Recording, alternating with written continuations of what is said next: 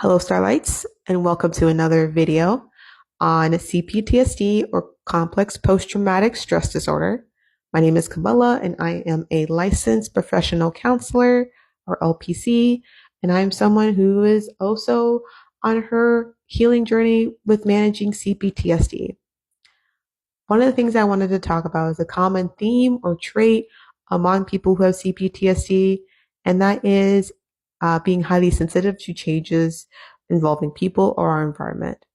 So, when we go through the multiple instances of trauma that we have gone through, obviously it changes our nervous system. It's hard to regulate. Uh, our emotions can feel very big, either in good or bad situations. And with that comes the feeling of being able to pick up on any minor change in our environment. And it usually ties back to where our trauma stemmed from. But what our body is doing is it's looking for a perceived threat. So, for example, if you're spending time with someone, you guys are having a good time, and then all of a sudden their mood changes, and it could just be a little bit. You're going to pick up on that. It's going to feel really uncomfortable and be really evident. You're going to wonder what's going on. Did I do something to make them mad at me? That fight or flight is going to kick in. And it, once again, is very, very uncomfortable to deal with. So what do you do with that? One of the things, if the person is open and hopefully they are a supportive person, is bringing it up to the other person. Hey, I noticed something seems off. Did anything happen?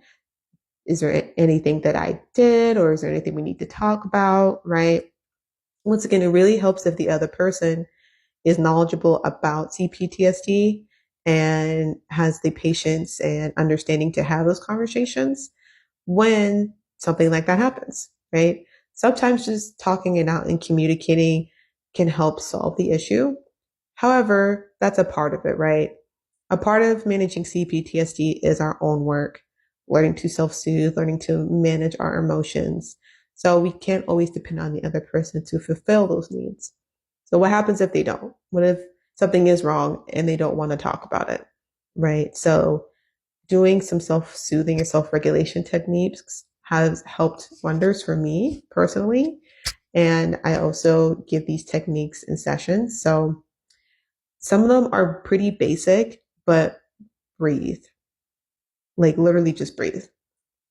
Deep breaths, belly breaths, make sure your stomach is inflating. You can do box breathing, which is the count of 4. Okay, so you breathe in for 4, hold for 4, breathe out for 4, hold for 4. And once again, that's going to help calm down that fight or flight response because your heart may be racing, maybe your hands get shaky, maybe you start to sweat a little bit, and your brain is thinking, there's a threat here that's going on, and I need to do something about it. I need to fight, I need to run away, I need to fawn, which is people please and things of that nature, or I need to just freeze. So in calming down our body and our heart rate, we can help kind of tell our mind, okay, there's no perceived threat here. We're okay. We're safe. I also like to do things such as tapping. I love tapping. Now, some people may say it's pseudoscience, placebo effect, but for me personally, it has worked.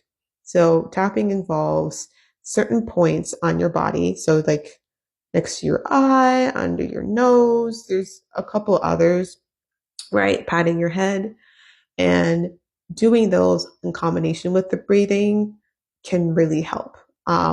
Once again, tapping kind of into your body and trying to work with those symptoms have been pretty helpful.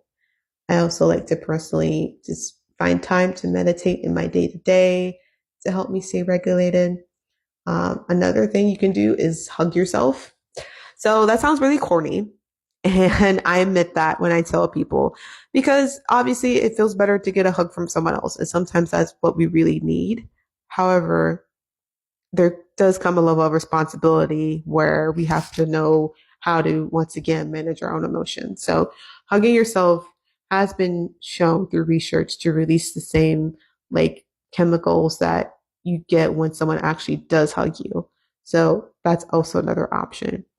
Once again, trying to self regulate, um, you know, good smells, soft textures, really just anything that is pleasant and feels good to you, right? But admittedly, it is uncomfortable, right? Once again, anytime something feels even slightly off, we're going to pick up on that. And, you know, it helps to have that open communication and kind of a toolbox and how to self soothe. And that's just your body trying to protect you. That's your mind trying to protect you because you've been through trauma. You've been through probably multiple instances of trauma, and your mind is just trying to prevent of something else from happening. So being aware of that, being and recognizing that has been helpful for me because I can know, okay, yep, I'm picking up on something off right now. My brain's trying to kick in to overdrive to try and protect me, right? So that's another trait of CPTSD. If you want to learn more about CPTSD, if you have CPTSD or trauma, or just want to learn about mental health, like therapy humor, and just want to learn things about the counseling field, you know, you can follow my channel. I would appreciate it. You can like this video once again for more content. And yeah, if you are a trauma baddie and you're just trying to deal with it, I see you, I hear you, and keep doing what you're doing. You're doing your best.